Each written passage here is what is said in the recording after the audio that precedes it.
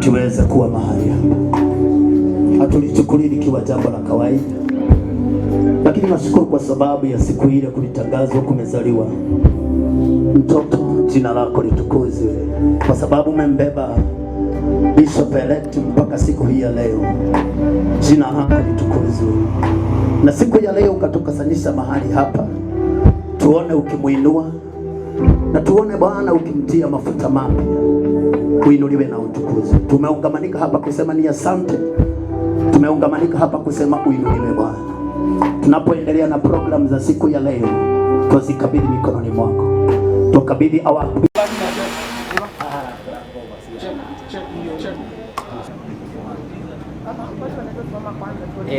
tuone ili mahali tunaona kuna utukufu tuongezee pata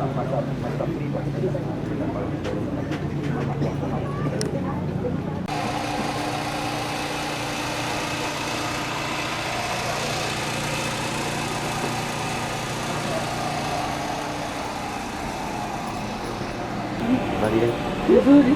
Niko salama.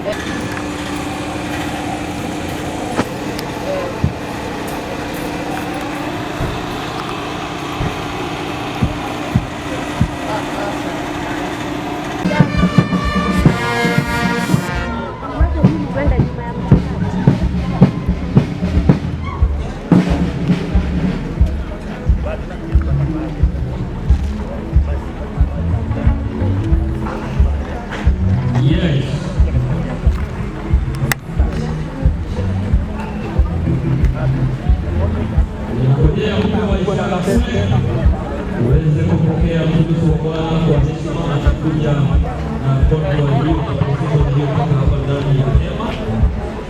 Itakuwa ni vizuri katika jina la Yesu. Hayawi mwishowe yamekuwa siku leo hii.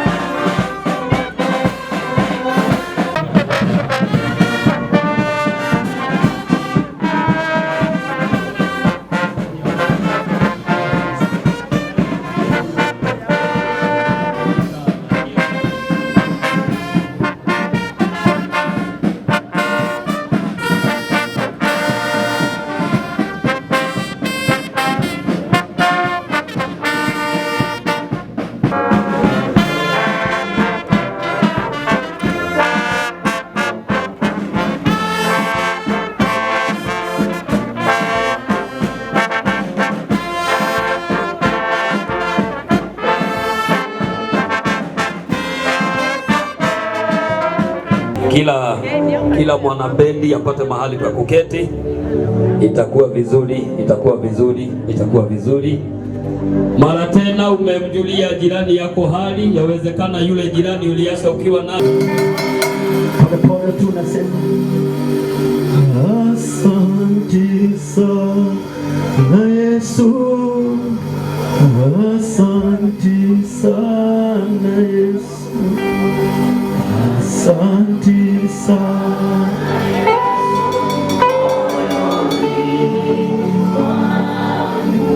Pole bila isiwe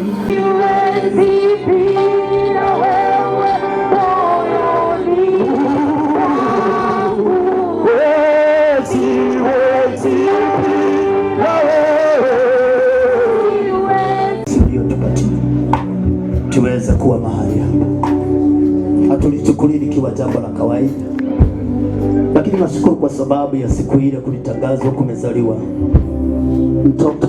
jina lako litukuzwe, kwa sababu umembeba Bishop elect mpaka siku hii ya leo. Jina lako litukuzwe, na siku ya leo ukatukusanyisha mahali hapa, tuone ukimuinua na tuone Bwana ukimtia mafuta mapya. Uinuliwe na utukuzwe. Tumeungamanika hapa kusema ni asante, tumeungamanika hapa kusema uinuliwe Bwana. Tunapoendelea na program za siku ya leo, tuzikabidhi mikononi mwako, tukabidhi awaku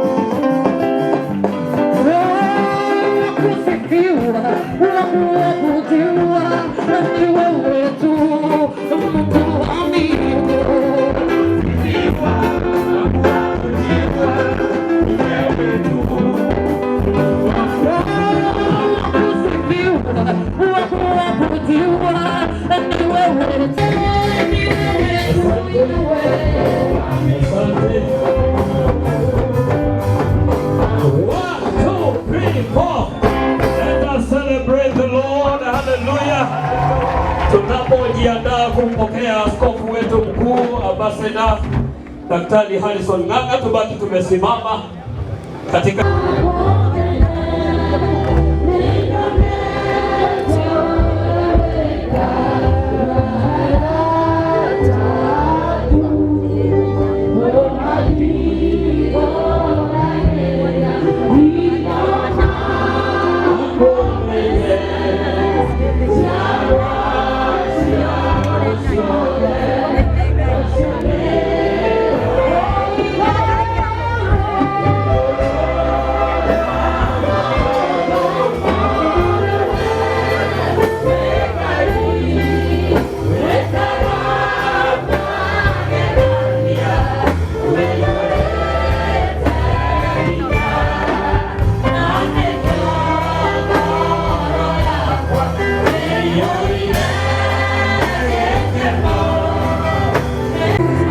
nataka tuweze kuleta askofu wetu mkuu na shangwe na vigeregere anapokuja kutuongoza katika wadhifa huu katika Yesu.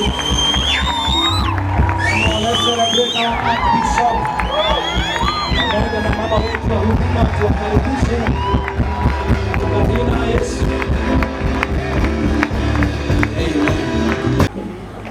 Tupigie Ambassadors wetu makofi. Thank you for presentation. Mungu awatende mema. Watu wanaangalia waone sister ya Kinothia ni nani. Unajua hawakujuangi vizuri. Haya ni kale kama msichana mkikaona katawaambia mambo yote, alizaliwa wapi, akiwa mdogo alifanya nini. Haleluya. Asante. Na sasa askofu mtarajiwa Kinothia tumehubiri naye Kenya hii. Mpaka wakati mimi nilihama kutoka Nyahururu, Bwana akaniambia nikuja Nairobi. Nilikuja na yeye. Baadaye nilimuita nikamwambia kuja tufanye kazi pamoja, akawa assistant pastor wangu hapa Nairobi. Na alifanya kazi mzuri, lakini siku hizo kazi ilikuwa nyingi na hakuna watumishi. Nilipoona vile kazi imeshipuka kule tulitoka Nyahururu, imeshipuka wapi, nikamwambia Kinothia, wewe niwashie hii watu ni train hapa. Uliniwashia nani immediately? Ni Charles ama ni Dhoita ama ni nani uliniwashia? Aliniwashia Dhoita ambaye alikuwa my assistant, leo ni Bishop Dhoita. Bishop Dhoita ndiye bishop wa CFF America kule kunaitwa Seattle. Na kwa hivyo tunashukuru Bwana, asante sana. Reverend alikuja. Mke wake ni reverend wetu. So huyu ndiye bishop anatusimamia kule Marekani, na siku moja alikuwa my assistant pastor. Ndio ninawaambiaga ukiwa assistant pastor uwe mwaminifu, usinyoe kondoo za bishop za pastor wako manyoya. Ndio na zako zisiwahi kufanya nini, kama Dhoita alinyoa zangu naye zake zinafanya nini? Zinanyolewa. So wakati uko assistant pastor unakuwa faithful. Na Mungu alinisaidia siku hizo. Watu hao wote walijiunga na mimi, wakakunywa anointing yangu ikiwa bishi ile Mungu alinipa. Wako majority yao wako katika utumishi wa Mungu. Na wanatumikia Mungu wa mbinguni. Na sio wote wamekuja, kuna wengine mapasta wengi hawaja kuja. Hata kuna mabishops wengine ambaye wako dini zingine na hawakukuja leo, and we thank God for all these people. Bwana Yesu asifiwe. Na Kenothi unatukumbusha bali sana, hata kuna siku tulienda na wewe Loitoktok wakati barabara ya lami haikuwa, tulienda na wewe na tukachoka sana, tukipiga kona tunaona barabara imeingia kwa mawingu, tukatiana nguvu mpaka tukaenda kuhubiri Loitoktok tukiwa na maono siku moja kutakuwa na CFF, na tuliwasha huko bila kuona inside. Tulijaribu kuulizana kuna side yote kutakuwa na kanisa hapa, na leo kanisa la Loitoktok limejengwa na mawe na Bishop Mother alirudi kwenda huko kupalilia hiyo apostolic work tulifanya na Askofu Kenothi. It was very good. Na pia vile vile Askofu Kenothi tunajuana personally kwenye families, tunajuana families zetu, alizijua families zao, na tumesaidiana mambo mengi katika maisha. Na kwa hivyo wakati watu wali-recommend awe bishop, nilifurahi sana na nikasema Mungu, ile message tulikuwa tukikutana kwa ushirika jioni, Mungu anaongea kama anaongelesha wahubiri. Mpaka mtu mmoja aliniuliza, na kwani hii ushirika yenu mnakutana kwa wahubiri?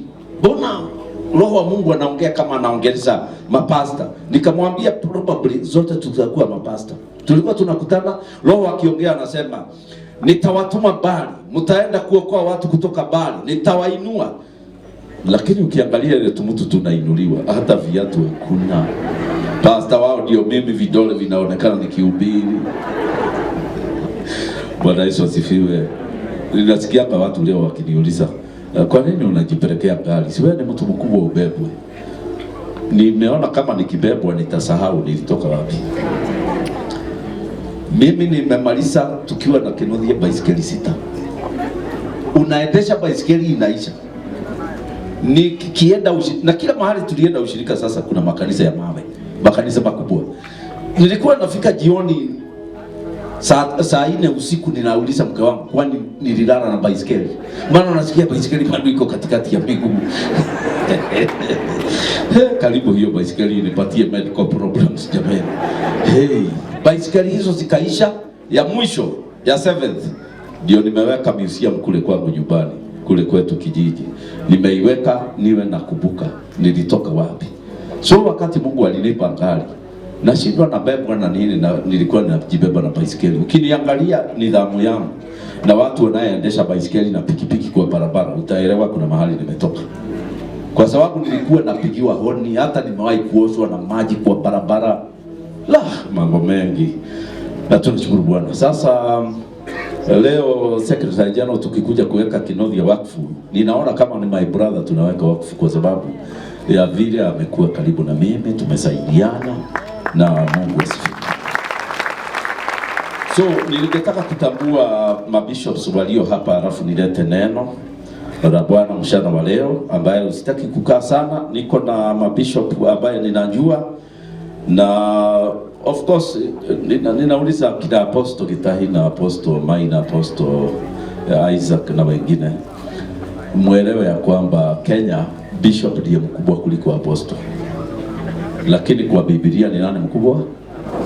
Ni apostle. Kwa hivyo leo ukisema tunaongozwa na apostle, watu wanamuuliza si mtafute bishop mmoja. Wanaona kama mwongozi vizuri. Lakini hiyo ni dunia imetukuza sana bishop kuliko apostle. In fact tulienda kwa mkutano mahali kwa ofisi kubwa hapa Nairobi. Huyo akatuuliza wewe ni nani? Akasema archbishop, apostle. Akaenda ndani akasema mkubwa amesema ataona tu mabishop, maapostle sorry, mtaona siku nyingine. Tukaingia, maana sasa tutafanyaje? Lakini nilipoingia ndani nikamwambia apostle ndio wakubwa kutushinda. Akasema sijasikia hivyo. Nikamwambia, akaniambia na mbona apostle wote ni wepapa? Nikamweleza kwa 1 Corinthians chapter 1 Timothy chapter 3 verse 1, ambaye nitasoma kidogo. Inasema atakaye kazi ya askofu anataka kazi njema. Kazi ya apostle si mzuri, ya bishop ndio imeandikwa ni mzuri. Ndio bishop wote unaangalia hapa size ya waist ni sababa na calling hiyo. Kiona kabishop kebaba ni kwa sababu ni kajusi kama Doita. Kabishop kajusi. Kikaka utaona ile material itatokea hapa. Bwana Yesu asifiwe. Lakini apostles wako na vita nyingi na shida nyingi.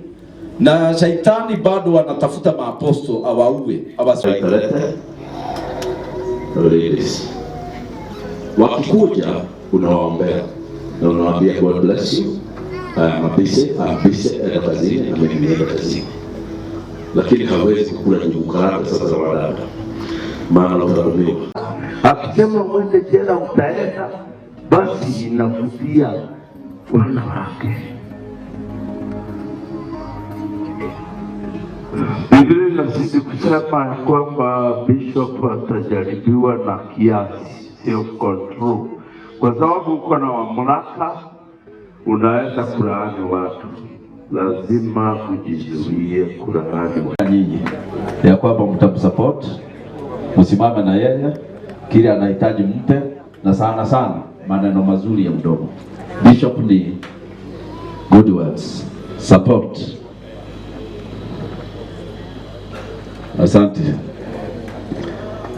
Tunashukuru. Sasa tunaomba askofu asimame hapo kando ya atakaya Kinovia katika jina la Yesu Kristo, na inatangaza ya kwamba maisha yake kuanzia sasa ibadilike, kichwa yake ibadilike, mwili wake ubadilike, aingie kwenye ofisi kubwa ambayo imetangazwa katika Biblia, ofisi ambayo ilionekana na Mungu zamani, na sasa na kuingiza kwa hiyo ofisi katika jina la Baba, la Mwana na Roho Mtakatifu. Amina. Naombea mkewe Baba, nikimbariki ya kwamba akiwa mke wa bishop hata kuwa na kasoro yoyote kwenye maisha yake, ya kwamba matatizo yote shaitani yalimtupia ifike mwisho, ya kwamba atapona kabisa, na ya kwamba katika hiyo ofisi atafanya kazi bila matatizo. Naomba kulia Mungu ishuke juu yako.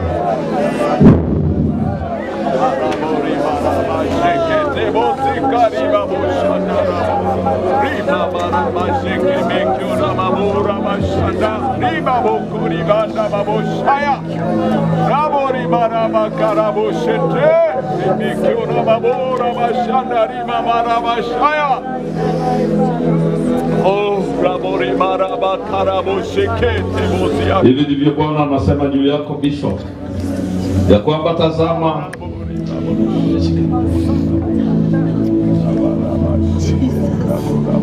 Bwana anasema tazama, kuanzia leo ni mshale nimekupatia, na huu mshale utapasua njia yako yote popote utakapoenda duniani, maana nitakutuma mpaka kwa watu wasio wa kabila yako, watu hawana lugha yako, na watu wasio nchi yako.